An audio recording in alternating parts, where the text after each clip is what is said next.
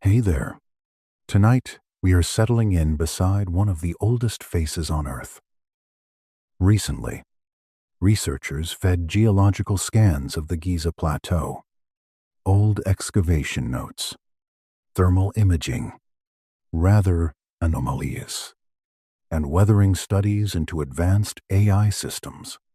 And what came back was deeply unsettling. The pattern did not point to a simple royal statue from the age of Khafre. It pointed to a monument whose story may begin much earlier, with hidden cavities beneath its paws, a body scarred by water, and a silence so carefully preserved that it starts to feel deliberate. If you enjoy slow, dark mysteries like this, like the video, and subscribe.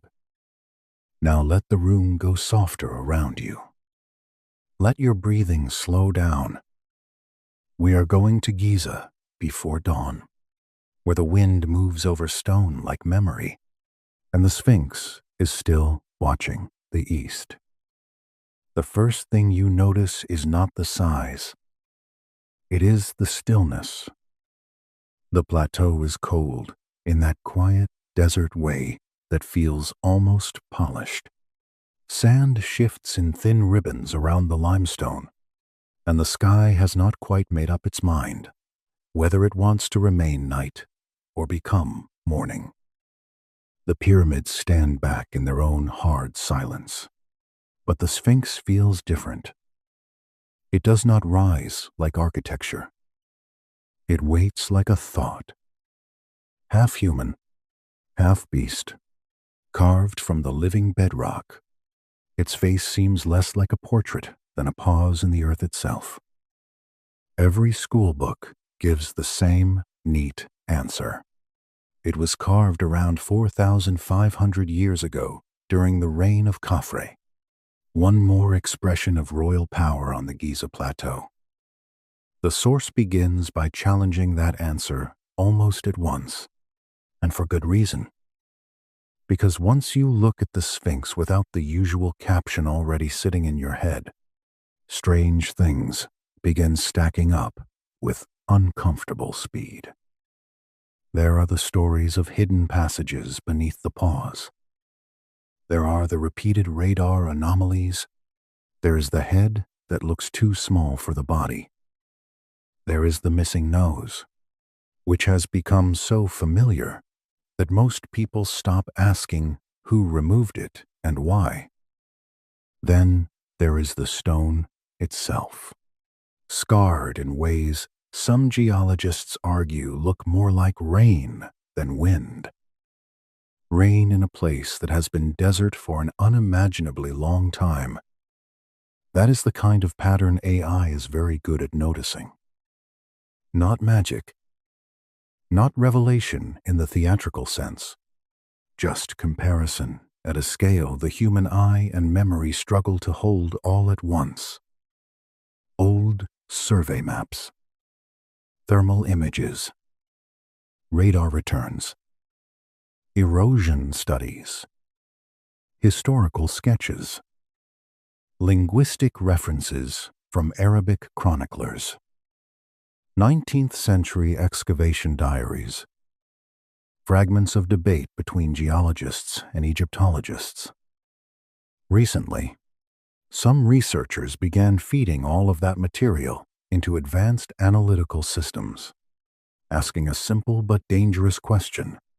If we stop forcing the monument into the accepted timeline for a moment, what story does the evidence tell on its own? The answer, at least in this version of the mystery, was not comforting. The AI did not produce one tidy conclusion. It produced a cluster of tensions. It highlighted how often underground voids appear in surveys beneath or near the Sphinx. It flagged the absence of inscriptional evidence linking the monument directly to Khafre.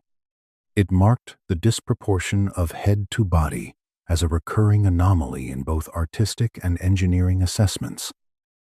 Most haunting of all, when geological weathering data from the enclosure was compared against known erosion signatures, the system kept returning the same disturbing suggestion.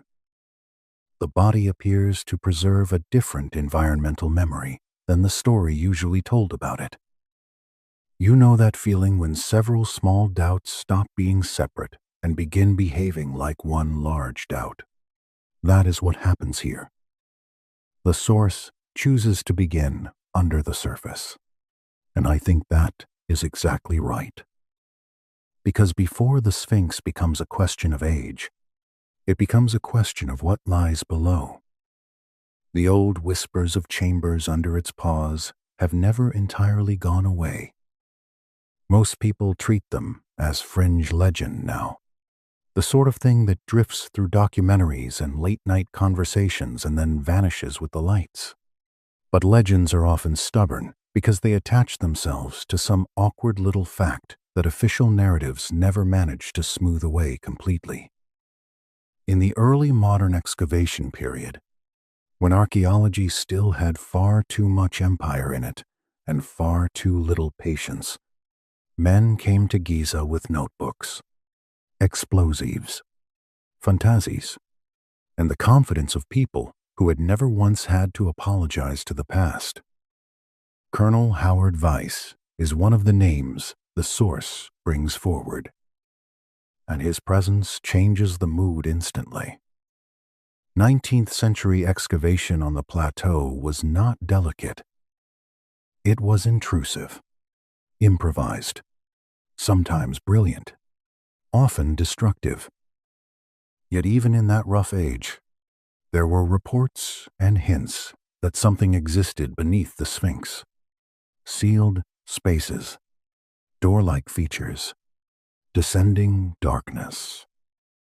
Some later interpreters, including controversial writers, the source mentions, would turn those hints into the idea of a buried chamber system. Perhaps even a passage network connecting the Sphinx to the larger sacred landscape of Giza. A hall of records, a vault, a memory chamber from before the pharaohs.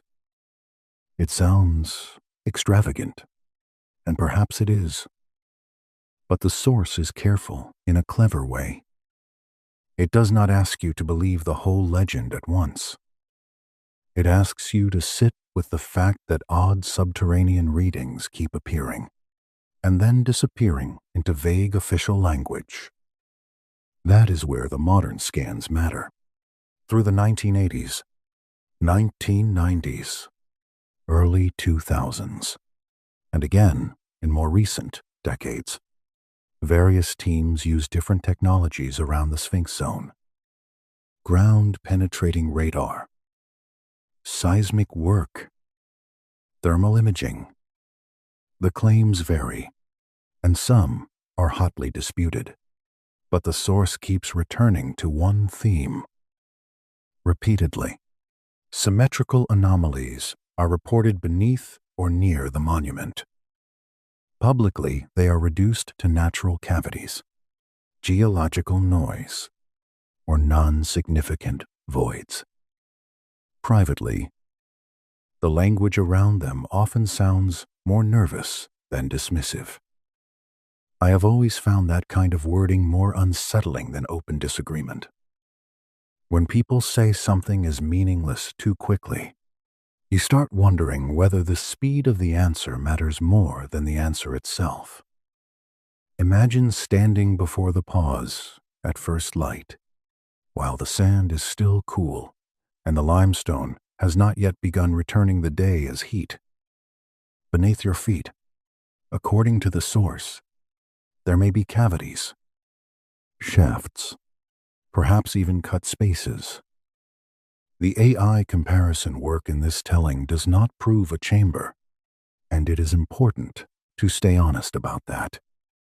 It simply shows that multiple independent strands of inquiry have kept circling the same zone with the same uneasy fascination. Beneath the front of the monument, beneath the chest, beneath the paws, a little cluster of silence where curiosity keeps being invited and then refused. If these were only natural voids, one might expect the matter to settle. Instead, it seems to deepen. The source points out something else that matters. Egypt has allowed many excavations on the plateau over the decades, but this specific conversation around the Sphinx often seems to end in caution, denial, or restricted access. Officials explain this as preservation, and that is not an unreasonable explanation. The Sphinx is vulnerable. Its stone is soft in places. Its body has been restored repeatedly. A reckless excavation could do genuine harm. That is true. But mystery thrives wherever valid caution and institutional control begin looking too similar from the outside. And of course the legend grew. Herodotus is drawn in. Arabic chroniclers appear. Edgar Cayce arrives, with Atlantis trailing behind him like incense. The source knows some of this material is speculative, even theatrical, yet it keeps it in the room because the Sphinx has always attracted both measured study and mystical projection. That tension is part of its nature now. A monument so old-looking, so enigmatic, so strangely unrecorded in relation to its supposed builder, almost forces the imagination to gather around it. Still, beneath all the romance is one cold, practical question. If there really is a chamber, who sealed it? The source frames that question beautifully. Not as treasure hunting, not as the hope of golden relics under the sand, more like a question about memory itself. A sealed chamber beneath the Sphinx would imply intention, design, preservation, the choice to hide knowledge in stone and earth rather than trust history to carry it in words. That idea is darker than treasure. Treasure can be looted. Buried records imply fear. Fear of flood, perhaps. Fear of conquest. Fear that one civilization would rise on top of another and forget its debts to the older one. Or perhaps, and this is where the source becomes almost soothing in its eeriness, simple knowledge that stone survives where paper, empire, and speech do not. The more you look, the less the Sphinx behaves like a single monument from a single moment. It starts feeling layered. A body on the surface, a possible silence below it, a face above both, and behind all of that, an official story that seems too tidy for the monument it claims to explain. That is why the first chapter of this mystery cannot end above ground. The Sphinx wants to be read downward, into bedrock, into cavities, into sealed dark, into the possibility that this famous face has spent millennia not simply watching the sunrise, but standing guard over something our timelines were never built to contain. And once that thought settles in, the next question comes with almost unbearable force. If something lies below, then what kind of monument was built above it? Because the body of the Sphinx, its scale, its anonymity, its impossible presence, may be even harder to explain than the tunnels people whisper about. Once you begin looking at the Sphinx itself, really looking, not with the comfortable blur of postcards and tourist memory, but with the patience one gives to contradictions, the monument becomes strangely difficult to place inside the official story. The source turns here with almost perfect timing. After the whispers of chambers and buried passages, it lifts the gaze back upward and asks an even simpler question. Who carved this thing? Not who stands nearest to it in the accepted timeline. Not which pharaoh benefits most neatly from having it assigned to his reign. Who actually cut it from the living limestone? And why is the record so quiet about an achievement that should have thundered through Egyptian memory? The body of the Sphinx is not assembled. That is the first detail that changes the whole mood. It was not built block by block in the way ordinary large monuments teach us to think. It was released from the bedrock itself. That means the builders stood on the Giza Plateau and carved away everything that was not the Sphinx until the figure emerged. There is something almost unsettling in that act. It is subtractive, almost surgical. A giant animal person waiting in the stone, not erected but uncovered. Stand near the enclosure and try to imagine the labor. Dust thick in the air. Hammering that goes on year after year. Copper chisels biting and dulling and being sharpened again. Stone blocks pried away from the trench and reused in nearby structures. The bedrock giving up one shape while losing all other possibilities it once contained. The source lingers on this because it matters. A monument like this is not casual. It is not something an administration forgets to mention. If the Sphinx truly belonged to Khafre in the ordinary sense, where are the inscriptions? Where are the workers' marks? Where is the proud account saying, I ordered this mountain to become my face? That silence is one of the loudest things about it. Ancient Egypt wrote about everything that mattered to itself.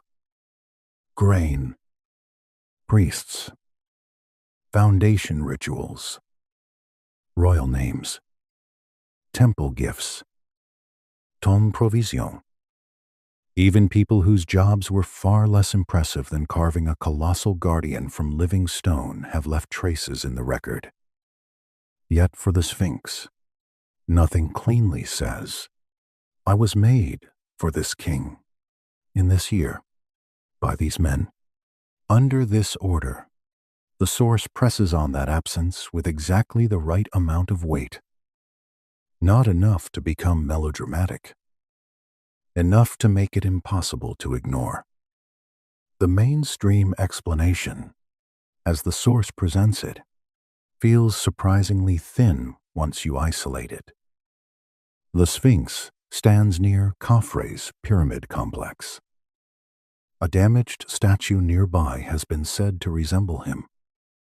Therefore, the Sphinx is usually assigned to his reign. That may be correct. Of course, proximity and context do matter in archaeology, but the source is pointing to a deeper discomfort. Context is being asked to do too much work where direct evidence is weak. Some scholars argue that Khafre could have commissioned the Sphinx and simply left fewer records than expected. That is possible. Others suggest later losses in the archaeological record may explain the silence. Also possible. The source does not deny these possibilities. It just keeps bringing you back to the monument itself, which seems, in its scale and mood, older than the explanation wrapped around it. You know that feeling when a label in a museum begins to look nervous compared with the object beside it. That is the Sphinx here. The AI angle becomes useful again in this part of the mystery. When researchers recently fed comparative data on known Old Kingdom quarrying, labor organization, inscription abbots, monument attribution patterns, and the carved geometry of major Egyptian royal works into large analytical systems, one result stood out. The Sphinx does fit the broader Giza sacred landscape in some ways, but it also behaves like an outlier. It is unusually anonymous for something supposedly tied to a king who otherwise participated in an intensely inscriptional culture. The model did not conclude that Khafre could not be involved. It flagged that the confidence of the official attribution is emotionally stronger than the evidence base alone would justify. That is such an important distinction. Not impossible. Overconfident. The source then guides us toward the shape of the monument itself. 73 meters long, roughly 20 meters high. Paws extending forward with that extraordinary stillness. Chest broad, haunches coiled in rest, as if the whole body is caught in an ancient held breath. It does not feel decorative. It feels assigned. I have always thought that matters with giant monuments. Some are boastful, some are commemorative. The Sphinx feels watchful. That is a different psychological category entirely. And once you begin thinking in those terms, the eastward orientation becomes harder to treat as incidental. The face looks toward the dawn, as generations of observers have noted. The source leans into the possibility that this alignment was more than royal symbolism, perhaps something cosmic, perhaps something far older than dynastic iconography. Some link it to the sunrise at the equinox. Others, more speculatively, to the age when Leo would have risen in that region of the sky many thousands of years earlier. That latter claim is debated. Certainly, it belongs to the more adventurous zone of interpretation. But the source keeps it because it speaks to a larger pattern. The Sphinx seems to want the sky involved. Then there is the face itself, and this is where calm becomes difficult. At first glance, the face looks serene enough. Worn, softened, distant. Yet the longer you stare, the more uneasy the proportions become. The head is small, not subtly small, disturbingly small once the eye adjusts. The body is immense, muscular, grounded, built on a scale that seems to call for something larger above it. The source is right to make this a central problem. Quote, if the entire monument were conceived as one integrated final design, the head should feel inevitable. Instead, it feels reduced. Forensic comparison work has been mentioned in discussions around this issue, and the source uses that material to great effect. Frank Domingo, a forensic artist, compared the Sphinx face with known statuary associated with Khafre and argued they were not a convincing match. Whether one accepts that fully or not, the very existence of such comparison shows the problem is not only fringe mysticism. Visual specialists have looked and felt the tension too. And the AI-enhanced modeling in this version only deepens that feeling. When proportional body-to-head ratios from ancient monumental sculpture were compared across Egyptian, Mesopotamian, and other large anthropomorphic works, the Sphinx continued to read as unusual, not impossible, not proof of anything by itself, but unusual enough that reworking becomes a very tempting explanation. It is easier to imagine a larger original head cut down into the present one than to imagine the present one as the original intended scale. That leads naturally to the most unsettling idea of all.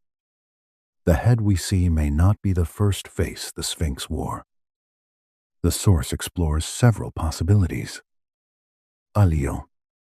That is the cleaner symbolic solution. A fully leonine original, fitting the body and perhaps tying the monument to sky patterns, power, and solar cycle imagery older than conventional kingship. Another possibility, even stranger and somehow more persuasive in mood, is Anubis. Not the later polished temple icon exactly, but a great canine guardian shape, lying in vigil over the necropolis. Once you hear that, it becomes difficult not to see the long body differently. The extended limbs, the watchful stillness, the sense of waiting before the city of the dead. I am not saying this proves anything. The source itself keeps a careful edge of uncertainty here. But honestly, I have always found the guardian reading emotionally powerful. A kingly face explains pride. A guardian animal explains the atmosphere. And if later dynasties found such a monument already ancient, already weathered, already charged with authority, what would they do? They would inherit it, repair it, reinscribe it if they could. Perhaps most importantly, they would make it look enough like themselves to claim it. Recarving a face is more than restoration in that case. It is annexation. That idea changes the whole monument. It stops being a pharaonic beginning and becomes a pharaonic adoption. The source is strongest when it lets this remain slightly eerie rather than fully argued to death. Picture the act. Stoneworkers high on scaffolding. An older head, larger, perhaps damaged, perhaps distinctly non-human in its profile. Layer after layer cut away. Ears lost. Mane lost. Snout lost, perhaps. Or a broader face reduced until it can support the calm human mask desired by a later royal ideology. The head grows smaller because it is not carved outward. It is carved inward. What a chilling thing to do to a monument. Not destroy it. Rewrite it. And that, I think, is the emotional center of this whole chapter.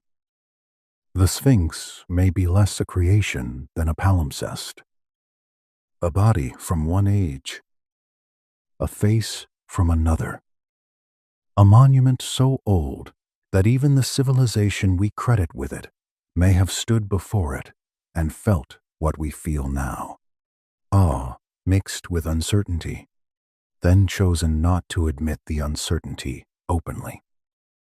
By the time the morning light strengthens on the plateau, the official story has begun to look thin indeed. Not impossible.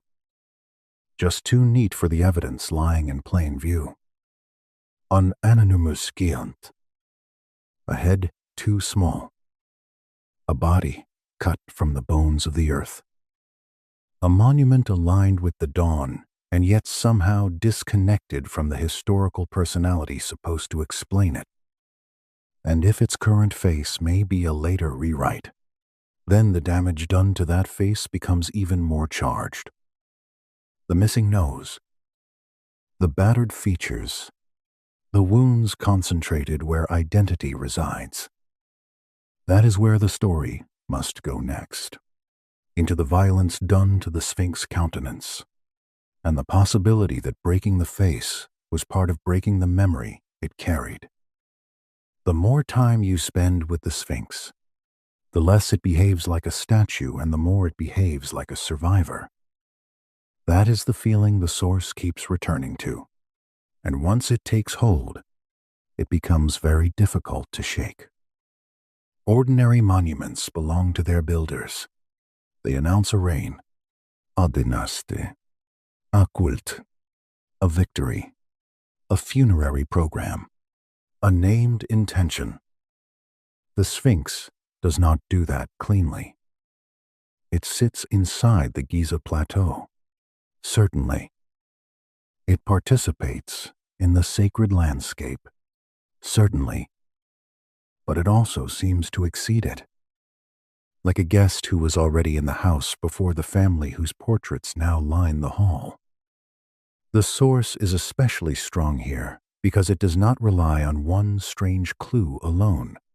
It lets many smaller tensions gather until they begin acting like one large fact. The size of the monument, the silence of the inscriptions, the odd proportional problem of the head, the possibility of hidden structures below, the weathering on the enclosure. Each one by itself can be argued over. Together they form a pressure system. And that pressure grows once you stand beside the trench from which the Sphinx was carved. I want to linger there for a while, because scale matters more than people expect. The body is not placed on the plateau. It is freed from it. The limestone around it had to be cut away in vast quantities. Workers would have stood for years in stone dust, tracing the line between earth and creature with hand tools, persistence, and an almost unreasonable commitment to a vision large enough to justify removing an entire world from around it. The source is right to say that such a project should have left stronger historical fingerprints than the ones we actually possess. Imagine the labor before you imagine the ruler. That alone changes the tone. Blocks cut from the enclosure ditch and reused in nearby temples. Hammer blows echoing under sun. Copper chisels biting into limestone that varies in hardness layer by layer. Crews clearing debris. Surveyors measuring. Overseers shouting. A body slowly rising from the bedrock not by assembly but by subtraction. It is one of the most astonishing sculptural acts of the ancient world. And yet, the textual voice that should accompany such an act is strangely absent. The source keeps asking, why? Why no foundation inscription naming the royal will behind it? Why no formal declaration in the same cultural world that loved attaching names to stone, legacy to labor, and divine favor to public monumentality? Why no construction record that says, in effect, behold what my reign has accomplished on the western horizon? There are explanations, of course. Some texts are lost. Some monuments remain anonymous for frustrating reasons. Not every silence conceals a conspiracy. The source understands that. But it also refuses to pretend that this silence is ordinary. And, recently, this is where the AI angle becomes more unsettling than sensational. Researchers working with monument databases, Old Kingdom inscription habits, quarry logistics, temple plasmon, erosion mapping, and royal attribution patterns used comparative systems to test how often major state monuments of this scale remain so thinly attached to a named builder in the Egyptian record. The answer was not never. History is not that neat. But the Sphinx remained anomalous. Again and again, the model flagged it as an outlier in attribution confidence. In simple language, the monument is more certain in popular imagination than in evidence structure. That matters, because certainty, once repeated enough times, begins to feel like proof even when it never was. The standard Khafre attribution rests heavily on context. The Sphinx lies near his pyramid complex. The Valley Temple and associated structures are nearby. Certain statuary of Khafre exists in the area. Therefore, the Sphinx is generally folded into his program. That may still be true in some form. The source never denies that Khafre may have had a deep relationship with the monument. But relationship is not the same as authorship. And once that distinction enters the room, the entire plateau begins to look more layered than official timelines prefer. Some scholars, even within cautious frameworks, have entertained the possibility that Khafre restored or recontextualized the Sphinx rather than commissioning it from raw bedrock. The source presses this possibility hard. And honestly, it earns the right to. Restoration would explain a great deal. It would explain why the monument fits the Giza sacred world, while also feeling older than the inscriptional silence around it. It would explain why later Egyptians could treat it as part of their own symbolic order without necessarily having created its first form. Most of all, it would explain why the monument itself seems to resist being fully contained by the dynasty assigned to it. I have always found inherited monuments more haunting than newly built ones. A newly built monument says, "Look at what we made." An inherited monument says, "Look at what we found and made ourselves stand beside." That feeling becomes stronger when the source turns fully toward the face. At first, if you only glance, the Sphinx seems harmonious enough. A human head on a leonine body, a familiar hybrid grammar from the ancient world. But then the eye starts measuring without permission. The body stretches long and broad and low with enormous mass. The chest is heavy, the paws vast, the torso full of buried force even in erosion. Above all that, the head feels reduced, compressed, shrunken in relation to what lies beneath it. This is not a subtle effect once seen. It is one of those visual facts that can rearrange the whole monument for you in under a minute. The source is right to dwell here and not hurry away. Because once the head begins to feel too small, the mind immediately asks whether it was made smaller. That is where recarving enters, and the story becomes even darker. A head cut from an already existing head would have to move inward. Material is lost. Volume is reduced. Proportions tighten. Features can be changed, but not expanded beyond the available mass. In that sense, the Sphinx face behaves exactly the way a recut face might behave. The body remains older, larger, more generous in scale. The head becomes a later editorial act, trimmed to suit another symbolic need. Some researchers and forensic analysts have argued that the Sphinx face does not convincingly match known royal portraits of Khafre. The source uses this carefully, and that is wise.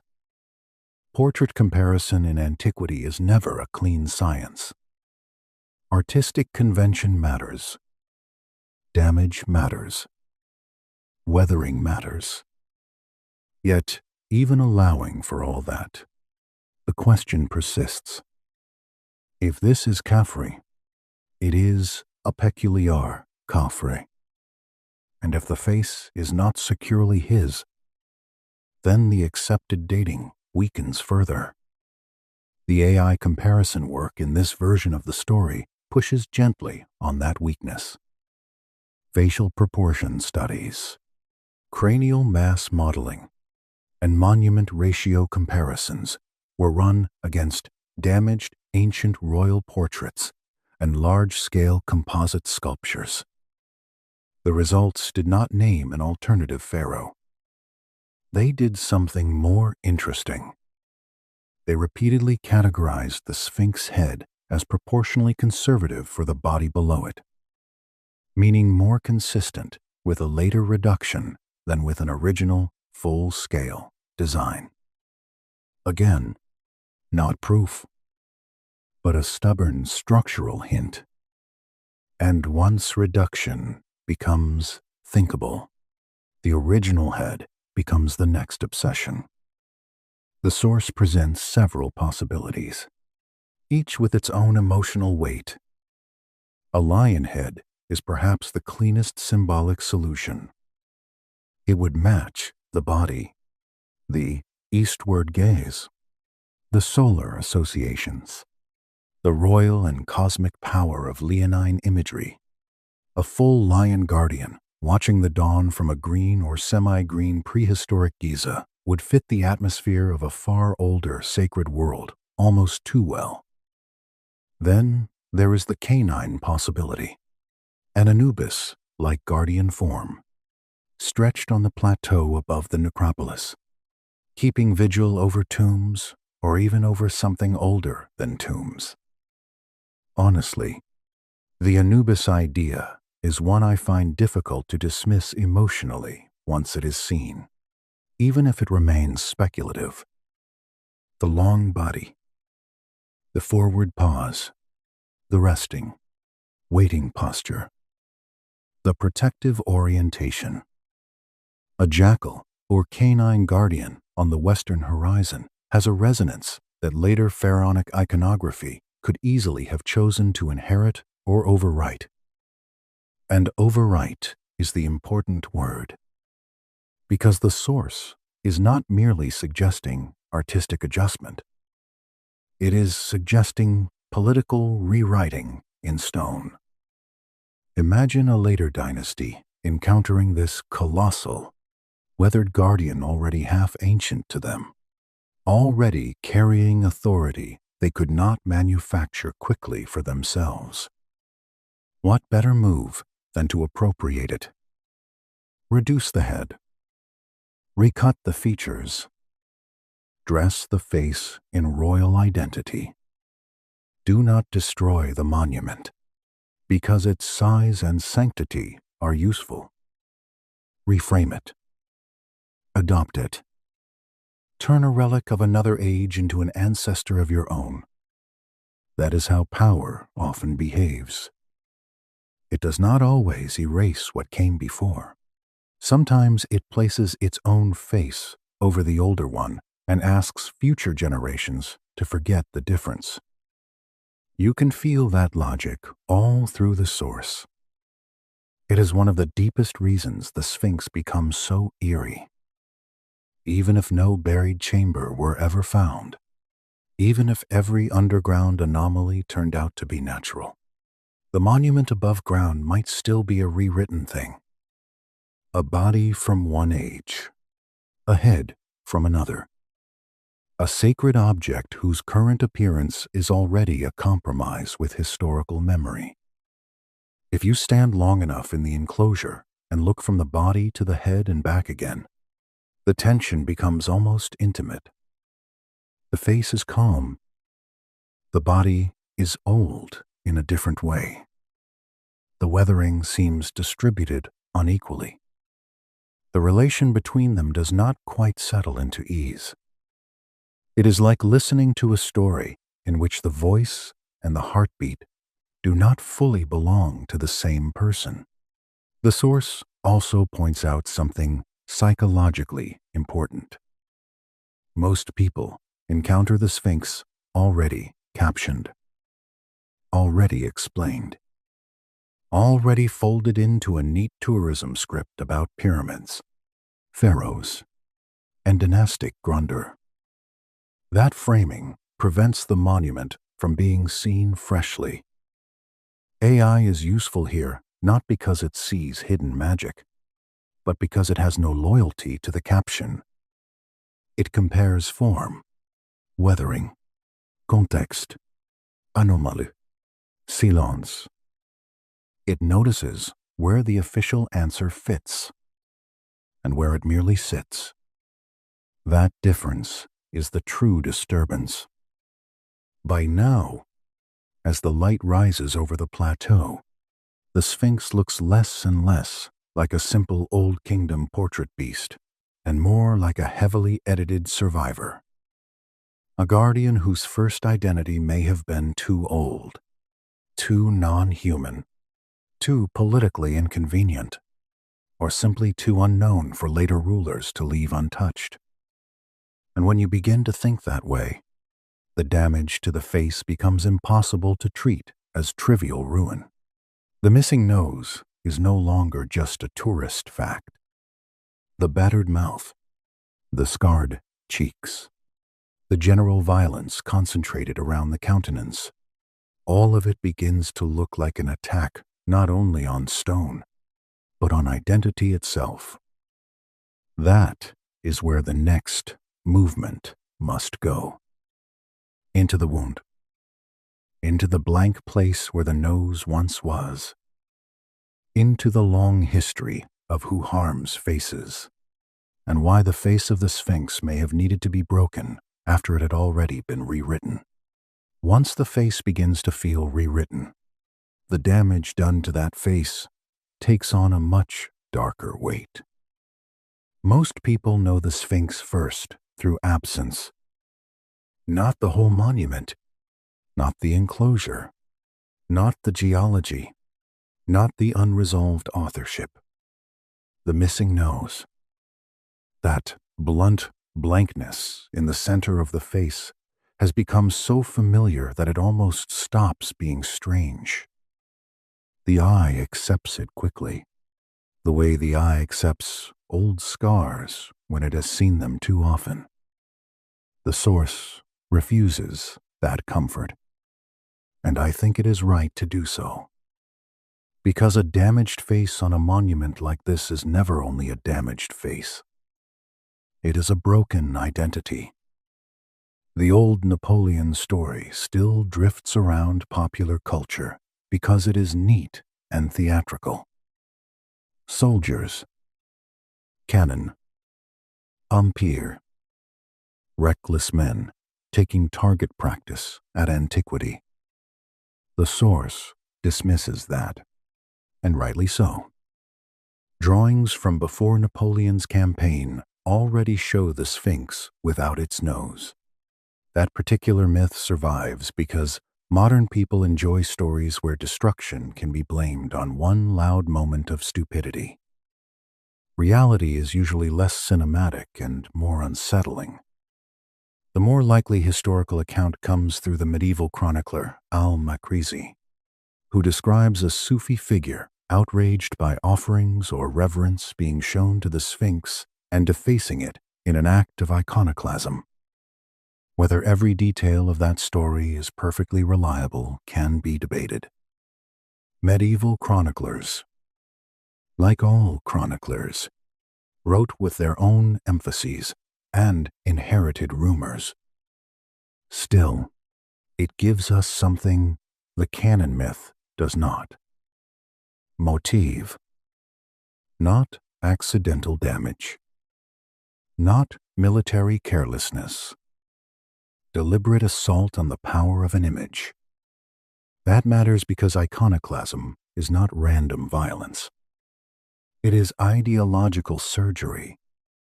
You do not strike a face because stone is weak. You strike a face because a face looks back. The source lingers on this, and I am glad. In ancient Egypt, the face was not a minor decorative zone. It was bound up with identity, presence, continuity, even survival in ritual and afterlife contexts. A body could be stylized. A name could be repeated. But the face remained the place where personhood gathered most intensely. Damage the face, and you do more than mar the object. You interfere with recognition itself. That is why the missing nose has always felt larger than its actual size. If you stand before the Sphinx in the morning and let your eyes move slowly over the features, the blankness where the nose should be changes the whole emotional climate. The face is still there. Yes. The eyes still look east. The mouth still holds its unreadable calm. But the center has been broken.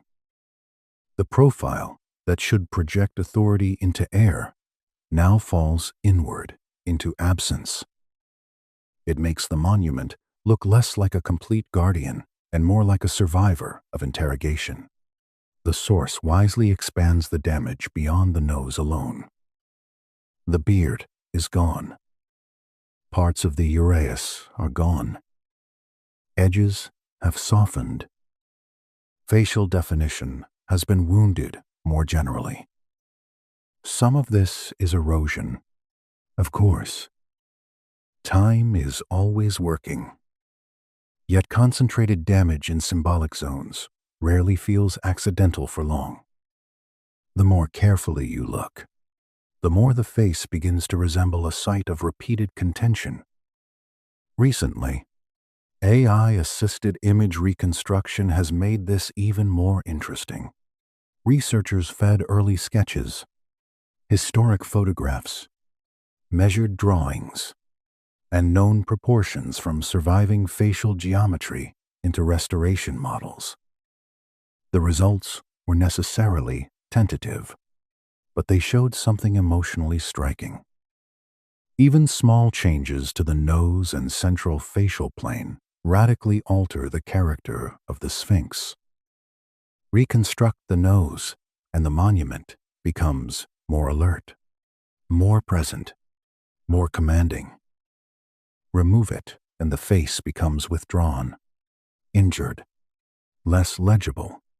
In other words, the missing nose is not a cosmetic wound.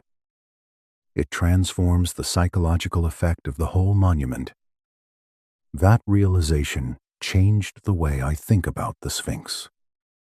It made the damage feel intentional in spirit, even where the exact historical sequence remains uncertain. Someone, at some point, wanted this face to lose power. And once that thought enters, the source takes a step even further into shadow. What if the defacement was not only about idolatry in a general sense? What if it was also about preventing the monument from clearly displaying an older identity? This is where the story becomes speculative, and it is important to say so gently. The source raises possibilities rather than certainties. If the face had once been different, larger, more leonine, more canine, more archaic, more visibly unlike later dynastic portrait conventions, then each act of damage would further blur the original. Recarving changes identity. Defacement finishes the job.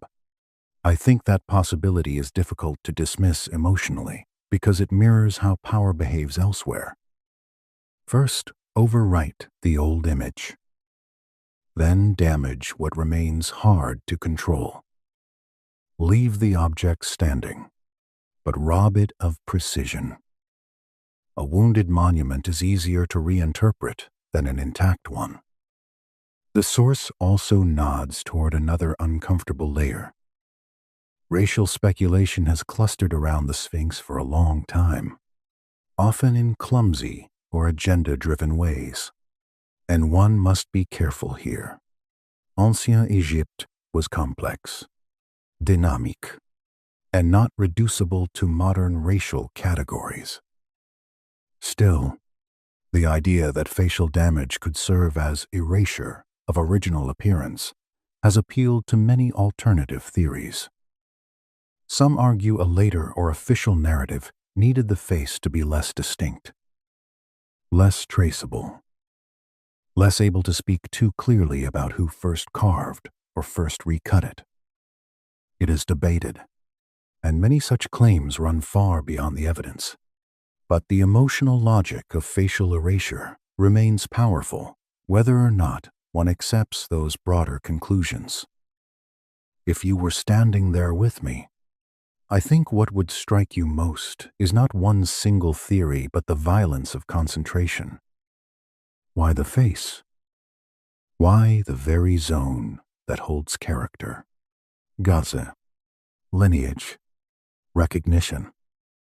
A hammer to the cheek is damage. A hammer to the nose is a message. The source is strongest when it pauses long enough to let that settle. Sand drifts at the base of the enclosure wall. Morning light sharpens the contours of the paws. The head rises small above the body, already suspicious in its scale. Then the broken face meets the eye, and the whole monument starts behaving like a censored text. You can still read it, but only with difficulty. Key lines have been scraped away. And what happens when a civilization inherits a censored monument? It begins supplying its own missing words. That may be exactly what later Egypt did. It wrapped the Sphinx in solar kingship. It placed it inside a dynastic, sacred geography. It restored it, perhaps repeatedly. It interpreted it. Yet interpretation is not origin. The source keeps that distinction alive through all this. The Sphinx can be meaningful within Egypt without necessarily having been first conceived within the accepted Egyptian time frame. The more damaged the face becomes, the easier that distinction is to forget. A broken monument invites explanation.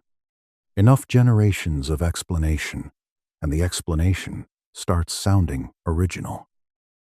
That is why the source turns now from facial damage to weathering.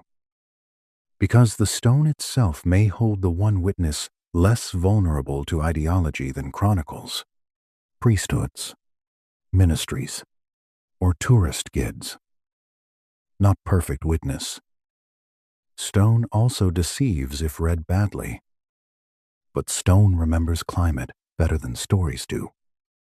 And on the body and enclosure of the Sphinx, some geologists believe the memory preserved there is profoundly wrong for a 4th dynasty date. This is where the mystery shifts from who broke the face to what shaped the body. The source brings in Robert Schoch and John Anthony West at exactly the right moment. After all the silence, all the proportional unease, all the missing identity, geology arrives like a colder kind of voice. The question is no longer only historical. It becomes environmental. What kind of world must have existed for the enclosure walls to weather in the patterns we actually see? And the answer, if the alternative reading holds, is not the dry desert world of dynastic Egypt. It is rainfall. Heavy, prolonged rainfall. A Giza that was not yet the Giza we know. That thought changes everything. Because if the stone around the Sphinx was shaped by rain, then the monument may belong not merely to a lost chapter of Egyptian history, but to a lost climate, a lost landscape, perhaps even a lost civilization standing on the plateau before the pharaohs had names. So let the broken face remain for a moment in that rising light. Let the missing nose be more than damage. Let it be a threshold, the wound that forces us to stop asking only who harmed the Sphinx, and begin asking what older truth the monument may have been carrying before its face, and then its story, were made easier to manage. By the time the face has been battered and the nose has become a wound instead of a feature, the Sphinx begins asking for a different kind of witness. Human stories can be edited. Dynasties can rename what they inherit. Priests can reinterpret. States can label, restrict, and smooth rough edges into acceptable history. But stone keeps a slower memory. It may not speak clearly at first, but once you learn how to listen to weathering, texture, fracture, runoff, and surface loss, the monument stops looking like a single moment frozen in limestone and starts looking like a layered survival. That is where the source makes its strongest turn. Not to myth first, not to secret chambers first, to geology. I think that is why this section feels colder than the others. A legend can be argued with. A face can be doubted. A missing inscription can be explained away. But when the body of the monument itself appears to remember a climate older than the official date, the whole plateau seems to shift under your feet. Stand again inside the Sphinx enclosure. Not as a tourist for a few minutes, not as someone glancing and moving on, but as a patient observer. The trench walls around the body do not look like neat desert abrasion alone. They show rounded vertical undulations, deeper channels, softened faces, weathering that appears to descend and flow rather than merely scour sideways.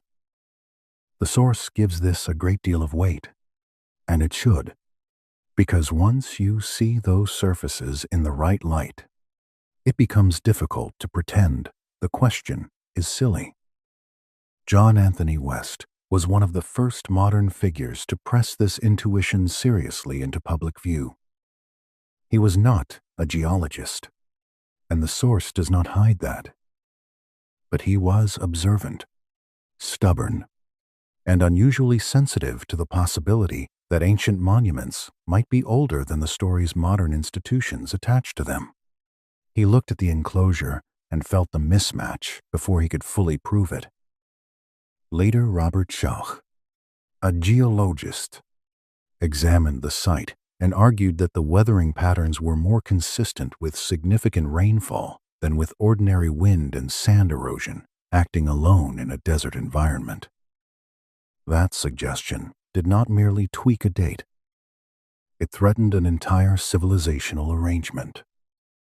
Because if the enclosure was shaped by prolonged rainfall, then the Sphinx may have stood exposed during a time when the Giza Plateau was much wetter than it was in the Old Kingdom.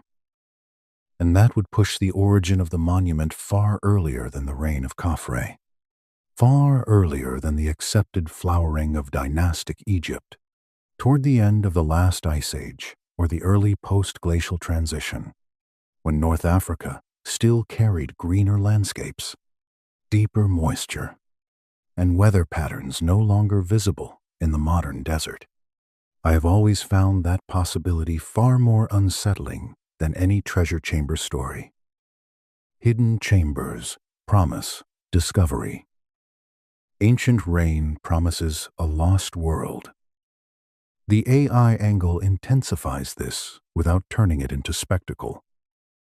In recent comparative analysis, researchers fed three-dimensional surface scans of the enclosure walls, historical photographs from different decades, sediment data, known desert erosion models, salt weathering studies, rainfall erosion profiles from comparable limestone contexts, and regional paleoclimate reconstructions into advanced analytical systems.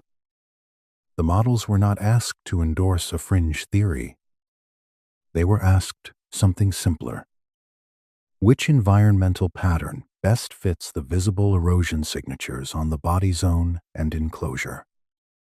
The answer, in this telling, was not absolute, but it was deeply uncomfortable for the standard chronology. Wind and sand alone did not consistently produce the same probability weighting. Mixed processes mattered. Of course. Seld mattered. Later restoration complicated readings. But water kept returning to the center of the analysis more strongly than the conventional dating was emotionally prepared to accept. That is the sort of result institutions dislike most. Not a dramatic overthrow, a persistent statistical unease. And then there is the difference between the head and the body. The source is right to keep this at the center because it works almost too well with the recarving idea. The body and the enclosure show stronger, deeper, more ancient-looking weathering. The head, although damaged and softened, appears in many readings less severely affected in the same way. Some of that may be because the head is carved from harder layers of limestone. That is a real counterargument and should be acknowledged. Some of it may be because later restoration altered the surface. Also true. But the source keeps asking a disturbing and reasonable question. What if the head is less weathered because the current head is younger? If the original upper form was recut in a later age, then the body could preserve the memory of much older climatic exposure, while the face belongs to a later phase of appropriation. Suddenly, the proportional mismatch, the weathering mismatch, and the weak attribution to Khafre begin reinforcing each other. Not proving, perhaps, but reinforcing. You know that feeling when several separate oddities stop looking separate and begin forming a structure. That is this part of the mystery. The official scholarly response has often been critical, sometimes sharply so. The source presents that response in the broad lines one would expect. The geology is more complicated than enthusiasts admit. Limestone at Giza is irregular in hardness. Groundwater and salt can do strange things. Wind erosion does not always look simple. Restoration campaigns blur original surfaces. Regional climate arguments must be handled carefully. All of this is fair. Any serious treatment of the Sphinx has to carry that caution. Yet the source also notices, and I think correctly, that the resistance often has a nervous tone to it. Not because mainstream scholars are villains. Usually they are not. But because an older Sphinx would create cascading consequences. An Ice Age or near Ice Age Sphinx would imply that monumental symbolic construction existed on the plateau long before accepted dynastic chronology permits. It would suggest that later Egypt inherited, restored, or politically adopted something it did not originate. It would invite comparisons to other early or anomalous sites, including Göbekli Tepe and other pre-pottery monumental complexes that have already made the old linear story of civilization less comfortable than it used to be. It would reopen flood memory, lost climate, forgotten cultural continuity, and the possibility that the end of the Ice Age was not only an environmental transition, but a civilizational wound. That is a lot to ask one monument to carry. Yet the Sphinx keeps volunteering. Imagine Giza not as desert, but as a place under storm. Rain slanting across the plateau. Water striking exposed limestone repeatedly over long stretches of time. The enclosure walls darkening. Channels beginning. Softer layers yielding first. Harder bands standing out. The whole monument enduring a climate no later pharaoh ever knew firsthand. That image has a peculiar weight to it. It makes the Sphinx feel less like the child of Egypt and more like its solemn older inheritance. Honestly, I think that is why the rainfall argument remains so emotionally powerful, even for people who stay cautious about it. It restores deep time to the monument. It gives the body a life before the kingdom. It lets the Sphinx remember a sky that the official timeline cannot comfortably admit. The source also uses the geological case to shift our sense of what kind of civilization might have built the original monument. This is handled carefully, and that is good. It does not leap immediately into wild machinery or impossible technologies. It only asks that we accept a more difficult possibility. That highly organized symbolic construction may have existed earlier than accepted dynastic history, and that later Egyptians may have been heirs, adapters, or conservators rather than creators in the clean, simple sense. That possibility changes the mood of the whole plateau. The pyramids then stand not merely beside the Sphinx, but beside something that may already have been ancient when they rose. Khafre becomes not necessarily the sculptor, but perhaps a king who understood the power of standing near an inheritance older than his own line, recarving the head, restoring temples, integrating the monument into the necropolis. All of that becomes imaginable as a political act of adoption. And if the body truly remembered a wetter world, then the next great mystery becomes even harder to ignore. Why did such a monument spend so much of later history buried in sand? Why did its head remain visible while its body slept? Why does the Sphinx seem, again and again, to enter the historical record only partially, as though the desert itself kept placing a hand over the lower half of the story? That is where the source moves next. Not away from geology, but deeper into concealment. Because once the monument starts feeling older than Egypt, burial no longer feels like mere desert accident. It begins to feel almost like a second chapter in the same long act of forgetting. The half-buried Sphinx may be the truest Sphinx of all. That sounds strange at first, but the more I sit with the source, the more I think it is right. Most of the monument's life has not been spent fully displayed and cleanly interpreted the way modern photographs suggest.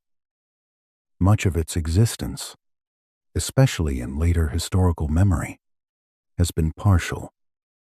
The head rising above dunes, the body hidden, the paws lost, the chest swallowed, a colossal guardian reduced to a face in sand, like a memory the earth was unwilling to give back all at once. That image matters more than people realize. A monument seen only in fragments behaves differently in culture. It becomes more than architecture. It becomes legend. It becomes rumor, prophecy, warning, local knowledge, scholarly temptation, mystical obsession, and political inconvenience all at once. The source understands this beautifully. The burial of the Sphinx is not only a practical matter of drifting desert sands. It is part of the monument's psychological life. For centuries, travelers saw only the head. Artists recorded it that way. Chroniclers described it that way. Communities living near Giza knew a being in the sand, not the full carved body we know from modern excavation photography. Think about what that does to imagination. A buried face always suggests a buried secret. A head without a visible body invites the mind to invent what lies below. Not only paws and flank and tail, but chambers, shafts, archives, or the remains of some earlier sacred plan obscured by time. I have always thought the desert has a genius for making ordinary uncertainty feel ceremonial. Cover half a statue, and it becomes a rite. Leave only the face, and it becomes an oracle. The source then moves through the excavation history, and rightly so. Clearing the Sphinx was never a simple unveiling. Giovanni Battista Caviglia, then later Emile Barrais and others, fought the sands in long, repetitive, exhausting campaigns. It is important to remember what that means materially. The desert does not offer up monuments like curtains opening on a stage. It resists. Sand pours back. Wind undoes labor. Walls shed fill. Every cleared line must be defended. Excavation becomes less like discovery and more like temporary negotiation. Imagine the laborers working down around the great head while most of the body remains hidden. Baskets of sand passed hand to hand, dust coating arms and clothes, the sun turning everything into glare by day and the cold settling again after sunset. Each deeper cut revealing more stone, more slope, more trench, more of the creature. The face already ancient above them, expression unchanged, while the body slowly rises from a sleep so long that it begins to feel almost deliberate. That is where the source asks its most haunting question. Was it deliberate? Not in the cheap sense of one secret order burying the monument in one dramatic night. The source is more subtle than that. It proposes two broad possibilities that may even overlap.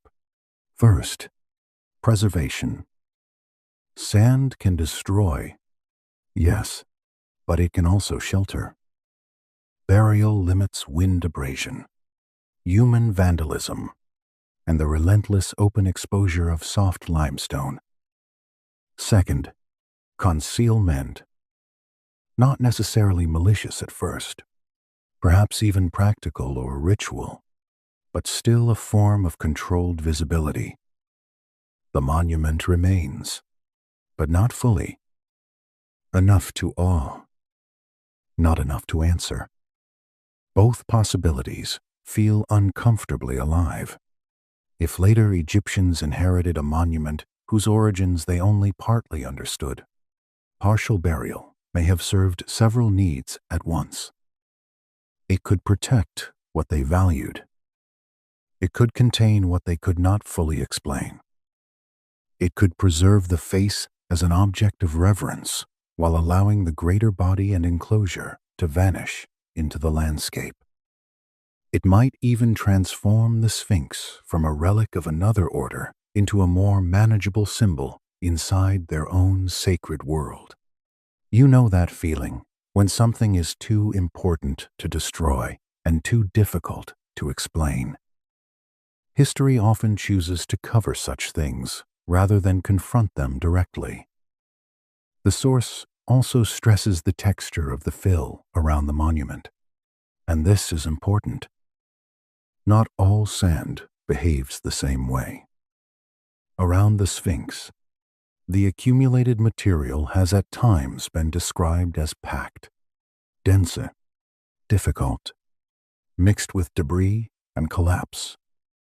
More complex than a simple poetic image of drifting dunes might suggest.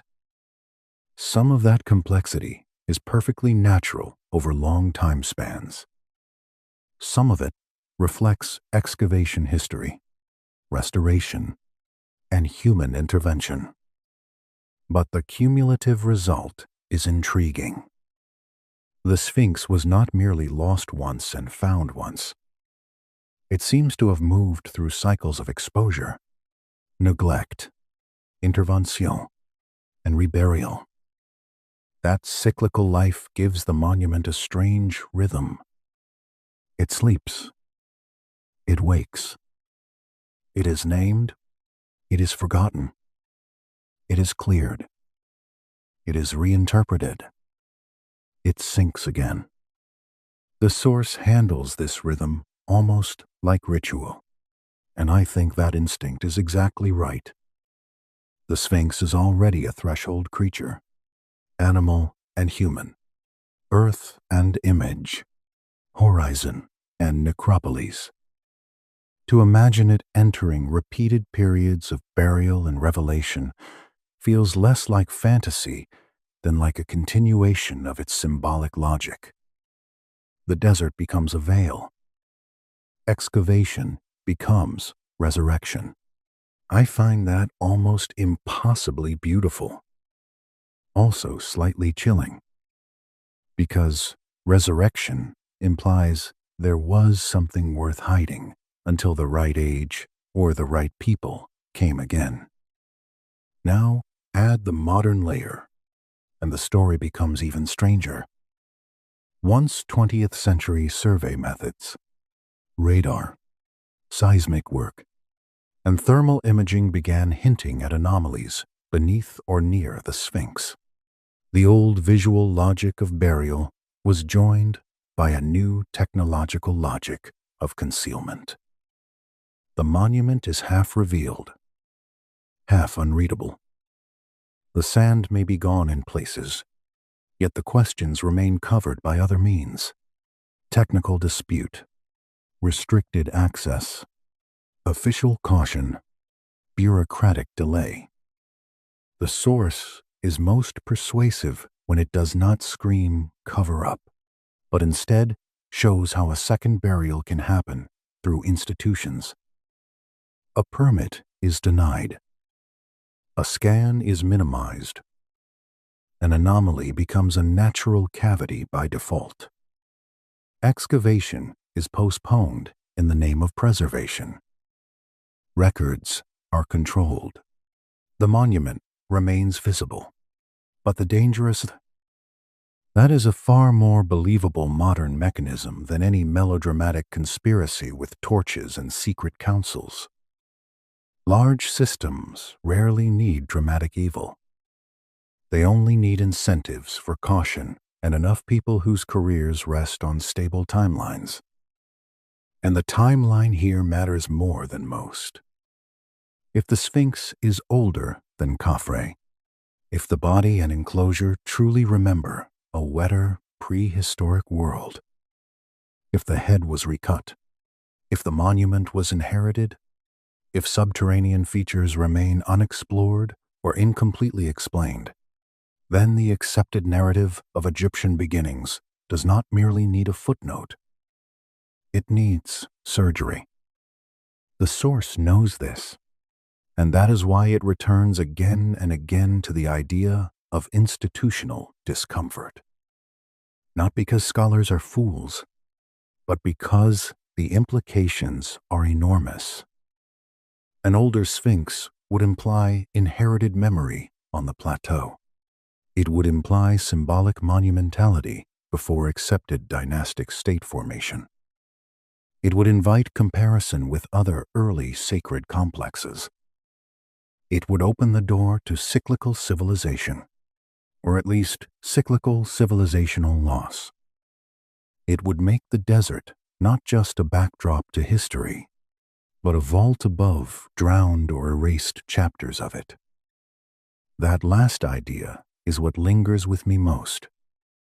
The Sphinx may have been buried once by sand, then buried again by reinterpretation, then buried again by official caution.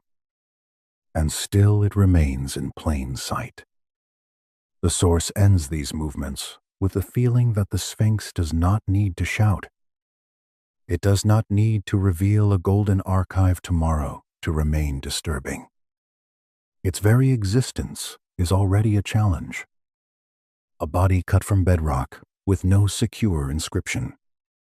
A face too small for that body. Damage concentrated at the site of identity.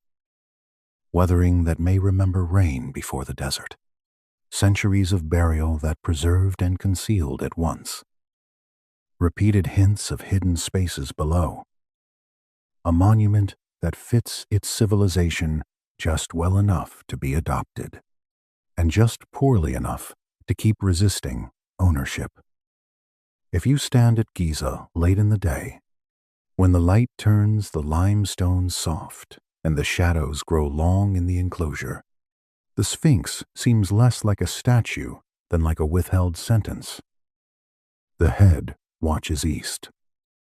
The body rests westward, toward tombs and memory. The sand still gathers at its edges as if eager to resume old habits. Nearby tourists speak. Cameras click. Guides recite dates with admirable confidence. And through all of it, the monument keeps doing the one thing it has perhaps always done best: remaining visible while refusing to become simple. That, I think, is the source's deepest claim. The Sphinx may not be hidden in the ordinary sense. It may be hidden by familiarity, hidden by repetition, hidden by the smooth confidence of textbook labels, hidden by the comfort people take in neat beginnings. But once you let the anomalies speak to each other, the monument becomes impossible to place back into that comfort. It turns into a survivor from a world before Egypt, later rewritten, later wounded, later buried, later managed, and still not fully domesticated by history. And that is why the final silence around it feels so charged. The Sphinx is not only asking when it was carved, it is asking what kind of world had already learned to carve such things before the world we call ancient began writing its own name. That question remains in the stone long after the wind moves on. The buried years of the Sphinx are, in some ways, the most revealing years of all, because a monument often tells the truth most clearly when history sees only part of it. The source understands that with real patience, for long stretches of time, the Sphinx was not known as the fully exposed body we see in modern photographs. It was known as a head in sand, a face emerging from the desert while the chest, the paws, the flanks, and the long back of the creature remained trapped below the level of ordinary sight. That image matters more than most people realize, because a monument that exists in partial visibility begins shaping human thought in a very different way from a monument fully laid open. Imagine approaching Giza centuries ago. The pyramids are visible from afar in their severe geometry. They declare themselves. The Sphinx does not. Its face rises from drifts and packed accumulation as if the earth has been interrupted, not opened. You would not first think of engineering. You would think of burial. You would think of something asleep. The source leans into this beautifully, because once a face appears above the sand with no visible body, the mind immediately begins making a second monument below the surface. A hidden chest, hidden paws, hidden stone, hidden purpose. And after enough generations of that image, hidden chambers become almost inevitable in the imagination. That is one reason the Hall of Records legend clings to the Sphinx so stubbornly. It is not only because of Edgar Cayce or later mystical speculation, though those certainly amplified it. It is because the monument itself, when half buried, teaches a viewer to think downward. The visible head is an invitation to the invisible below. And once that logic takes hold, every rumor of a shaft, a passage, a cavity, a sealed threshold beneath the paws begins to feel emotionally plausible even before it becomes archaeologically persuasive. The source knows that legends need structure beneath them, and the half-buried Sphinx gave those legends all the structure they required. The excavation history deepens this even more. Giovanni Battista Caviglia, then Emile Baraise, and others who worked around the monument were not brushing sand from a decorative object. They were struggling against an active landscape. Sand does not behave like a curtain that can be drawn back once and left alone. It returns. It slides. It compacts. It settles in layers. It uses wind and gravity the way water uses current, not dramatically every moment, but relentlessly over time. The source is right to emphasize that clearing the Sphinx was not a single triumphant unveiling. It was a long, repeated rescue. Men dug. Baskets were lifted. Dust rose. Walls appeared. More body emerged. Then the desert, patient and almost amused, prepared to take it back whenever human will relax. I have always found that struggle quietly moving. A human chain of labor working around a face already ancient beyond their own memory, trying to bring a buried body back into view while not fully understanding what age of the world it truly belonged to. There is no grand revelation trumpet in that scene.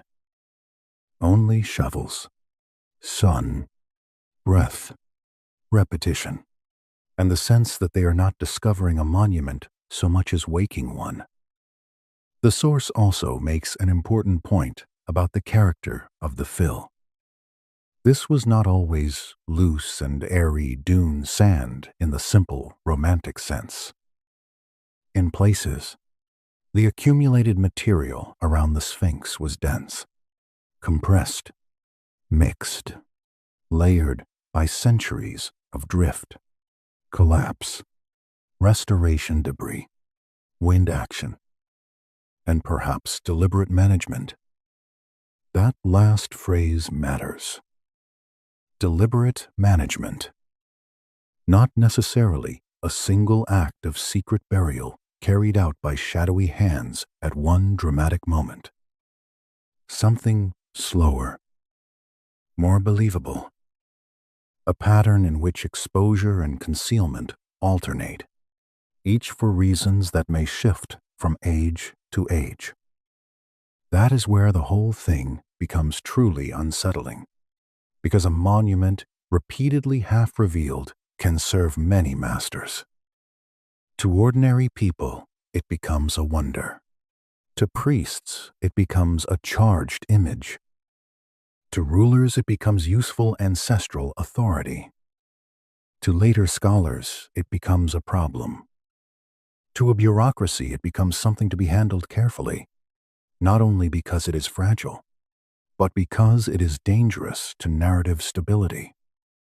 The source never needs to scream conspiracy here.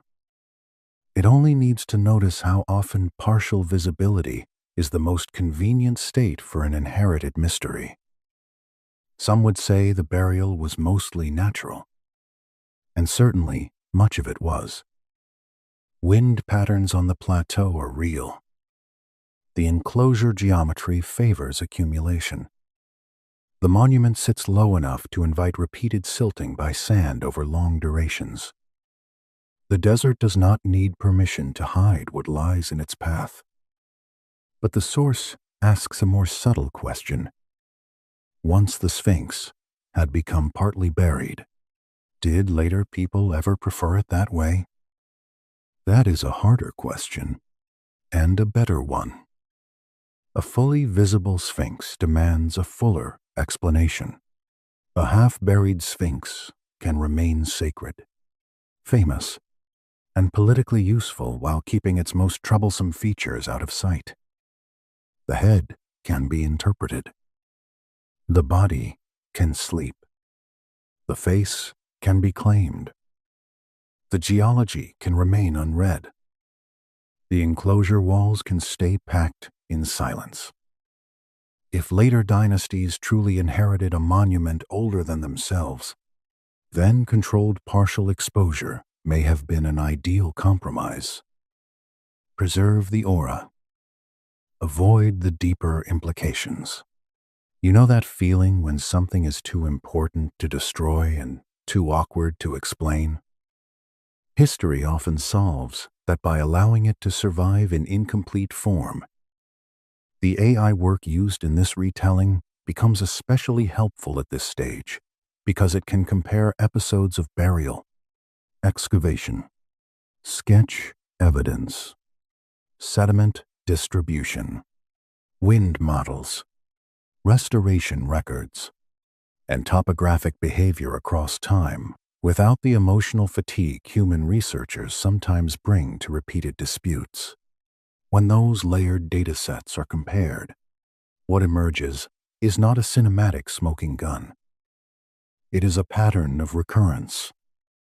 The Sphinx seems, again and again, to inhabit a middle state between loss and revelation. Not fully abandoned, not fully liberated, maintained enough to remain present, restricted enough to remain mysterious. That middle state becomes even more provocative in the modern era. Once thermal anomaly, radar claims, and subsurface discussions enter the conversation. Burial no longer belongs only to sand. It begins belonging to institutions. A permit delayed is a form of burial. A scan minimized in public language is a form of burial. A cavity labeled natural before it has been fully explored can become a form of burial. The source is strongest here because it understands that modern concealment, if that is the right word at all, need not be theatrical. It can be bureaucratic, administrative, protective in wording, restrictive in effect. I do not think one needs to imagine a dramatic, hidden council deciding the fate of human knowledge to understand how this works. Institutions are often conservative because the cost of being wrong in public is high. Archaeological authorities have real reasons to protect fragile sites. Egypt has real reasons to guard its heritage from destructive curiosity and sensational looting. Those truths should be honored. But they do not erase the other truth the source keeps circling. Restriction, even when partly justified, can become a second layer of sand over difficult questions. And the questions here remain difficult precisely because the implications are so large. If the Sphinx is significantly older than Khafre, if the enclosure truly records heavy rainfall from a much wetter age, if the head was recut in dynastic times onto an older body, if cavities beneath or near the monument were found to be shaped or culturally meaningful, then the accepted story of civilization at Giza would not merely need adjusting. It would need reordering. The beginning would move. That is not a small institutional request. This is why the source keeps returning to the idea of a monument buried more than once. First by sand, then by reinterpretation, then by official certainty. It is such a simple phrase, but it changes everything. The Sphinx may be sitting in plain sight and still be hidden. Hidden by familiarity, hidden by the comfort of repetition, hidden by schoolbook confidence, hidden by the habit of hearing Khafre and stopping the thought before it travels any farther. Stand there again in the late afternoon. The head is visible. The body is exposed. The enclosure is clear enough to study. Tourists drift. Cameras flash. Guides speak. And yet the old condition persists in a subtler way.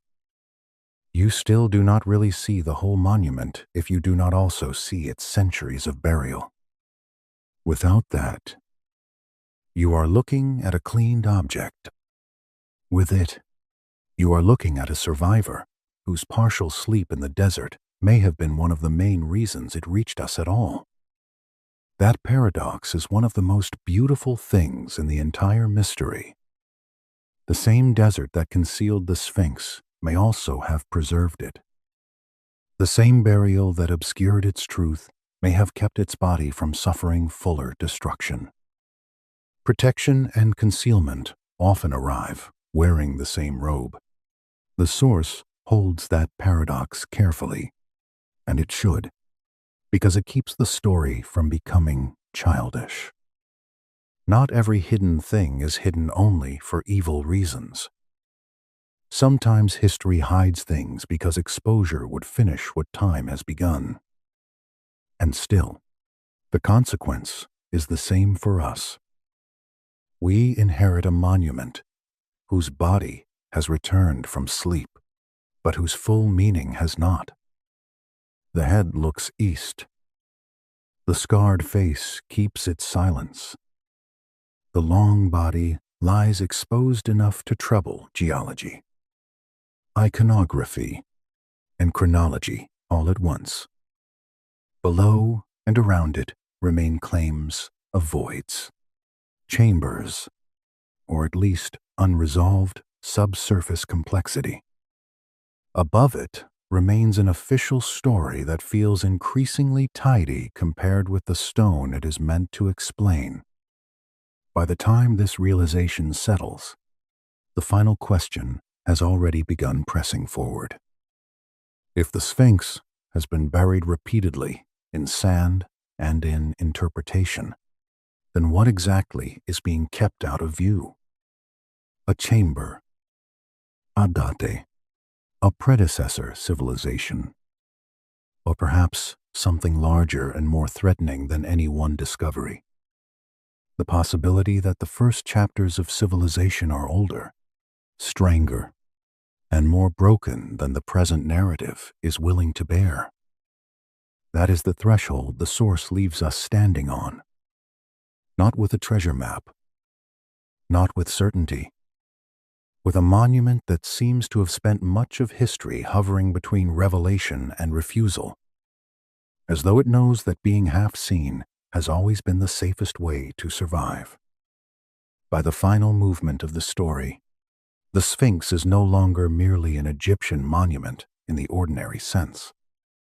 It has become a test of how much contradiction a civilization is willing to tolerate before it decides that certainty is more comforting than truth. The source understands this with unusual precision. It does not need every speculative claim to be correct in order to make its central point. The central point is that the Sphinx does not sit easily inside the official narrative built around it. And the harder one looks, the more that unease begins spreading beyond Egypt into the foundations of civilization itself. This is where the title reaches its full force. Was the Sphinx hidden to conceal a civilization older than Egypt? The answer in the source is not presented as a neat courtroom verdict. It is something darker and calmer, perhaps not hidden in one single deliberate act, perhaps hidden in layers, buried by sand, recut by dynasties, wounded by iconoclasm, reinterpreted by priests, contained by ministries, smoothed over by textbooks. The concealment, if that is what it is, may be cumulative rather than dramatic. That, to me, makes it more believable. I have always found that the most durable cover-ups are rarely built from one lie. They are built from many habits that all lean in the same direction. The source widens the frame at exactly the right moment. Once the Sphinx becomes thinkable as a monument older than Khafre, the mind immediately seeks company for it. Not because every anomaly proves every other anomaly, But because civilizations do not grow in isolation from climate, inheritance, or catastrophe, Göbekli Tepe becomes relevant, not as proof of the Sphinx, but as proof that monumental sacred building existed far earlier than older models once allowed. Suddenly, the old intellectual reflex that said, large-scale symbolic architecture belongs only to later settled agrarian states, is already weakened. Then flood memories return. Then drowned coastlines confirmed by paleoclimate science. Then the end of the Ice Age begins to look less like empty prelude and more like a threshold full of forgotten human intensities. The AI comparison work in this version of the story makes that threshold feel very near. When monument data, paleoclimate reconstructions, erosion signature, mythic memory clusters, and early ritual architecture databases are cross-referenced, no single lost civilization steps forward and announces itself. Reality is subtler than fantasy, but a pattern of discomfort emerges. Human societies may have been symbolically sophisticated earlier than the old linear model preferred. Environmental upheaval may have erased contexts later cultures only partially remembered. Monuments may survive not only as creations, but as inherited fragments of worlds already broken when written history begins. That possibility is enough to change the emotional position of the Sphinx forever. It no longer stands as the first clear statement of a dynastic state. It stands as a possible relic from before that state, a body later adopted, altered, and folded into Egyptian sacred grammar because it was too powerful to ignore and too ancient to destroy. Khafre, in this reading, ceases to be the obvious maker and becomes perhaps a later custodian, appropriator, or renovator of something older. The head is recut. The body remains. The name attached later becomes stronger in institutions than in stone. You know that feeling when a family claims an heirloom so completely that no one remembers which ancestor actually made it. Multiply that feeling by millennia and limestone and state religion, and you are very near the source's deepest suggestion. The modern institutional reaction becomes easier to understand from that angle. Archaeology is not only the search for truth, it is also the management of fragile objects, national identity, disciplinary credibility, and public narrative. Egypt has every reason to protect the plateau from reckless sensationalism. Scholars have every reason to resist theories that outrun evidence.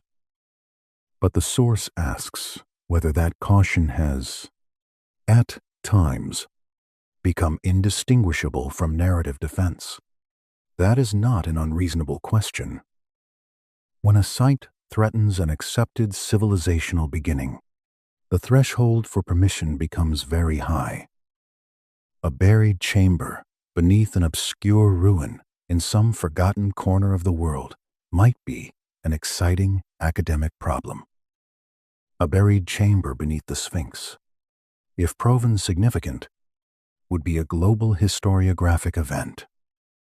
A pre-dynastic or Ice Age date for the Sphinx would be even larger. It would not merely create a discovery, it would create an aftershock through textbooks, museum narratives, television history, and the emotional map by which modern people understand where civilization began. Large structures defend their maps. That is true in stone, and it is true in institution. The source does not ask us to imagine that all officials are knowingly suppressing an earth-shattering truth. That would be too simple. It asks us to consider something more realistic. Systems prefer continuity. Careers grow around accepted chronologies. Preservation policy can become a form of interpretive control. Difficult evidence can be delayed, reframed, or administratively exhausted until only the most persistent continue asking. None of this requires villainy, only pressure. And the Sphinx exerts pressure by merely continuing to exist.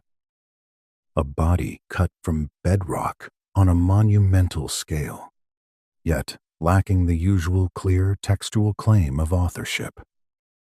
A head too small for that body, and perhaps cut later from an older form. A face damaged precisely where identity resides. Enclosure walls and bodily surfaces that may record a wetter climatic memory than the old kingdom allows. A monument long buried until only the head remained visible. Repeated hints of subsurface complexity. A modern culture around the site marked by caution, restriction, and the soothing repetition of an answer that fits a little too smoothly. This is why I think the source's final claim is so effective. The Sphinx may be the most visible secret on Earth. Not because everyone knows a hidden chamber is definitely there, or because one wild theory has finally triumphed over all others. Because the monument keeps making certainty feel premature. It does not need to reveal everything in order to destabilize the story told about it. It only needs to keep resisting the label placed on it. Imagine the plateau again at dawn. The old face catching first light. The pyramids behind it, massive and still. The enclosure lying around the body like an opened wound in the rock. Sand collecting at the edges in little patient gestures, as if the desert remembers old habits and would gladly bury the lower half again if no one resisted. The wind carries dust across your shoes. Guides speak nearby. Tourists angle for photographs. Yet beneath all of that movement there is a deeper stillness. And inside that stillness, one thought begins to gather weight. Egypt may not have begun this monument. Egypt may have inherited it. That one sentence, if true or even partly true, changes everything. It means the first great civilization of the Nile was not standing at the absolute beginning, but in the shadow of a predecessor. A predecessor perhaps erased by climate change, by time, by later appropriation, by the simple brutality of lost context. A predecessor that left not cities we can easily name, but a guardian in stone too large, too old-looking, and too symbolically potent to be forgotten entirely. Honestly, I think that is the most haunting possibility of all. Not that there is treasure hidden under the Sphinx. Not that one more chamber will prove every fringe dream, but that the monument may be a relic from a chapter of human organization that later history inherited without fully understanding. A survivor from a world before Egypt, preserved just enough to trouble us and buried just enough to remain deniable. The source ends where it should, with the monument itself. Not the theories, not the personalities, not the ministries or the scans or the arguments. The Sphinx. The head turned east. The body carrying the long scars of time. The silence around its making. The feeling that its gaze does not ask for admiration so much as patience. Look longer, it seems to say. Look below the first answer. Look before the first dynasty. Look at the stone, not only the story. And once you do, history feels different, less linear, less secure, less willing to begin where we were told it begins. The Sphinx remains on the plateau, not moving, not explaining, not offering any neat mercy to the people who need timelines to stay simple. It keeps its buried weather, its wounded face, its possible older body, its unanswered underground questions, and its extraordinary talent for surviving every attempt to make it ordinary. That is why the mystery endures. The Sphinx may have been hidden by sand, by politics, by caution, by inherited interpretation, and by the comfort of repetition. Yet it has never fully disappeared. It remains there in plain sight, a monument to something no one has entirely mastered, perhaps not even the civilization most closely associated with it. The wind keeps moving. The sun keeps rising. The old face keeps watching the east. And under all of that, the possibility remains that what stands on the Giza Plateau is not the beginning of history, but one of the last visible witnesses to the age before the beginning we were taught. Good night.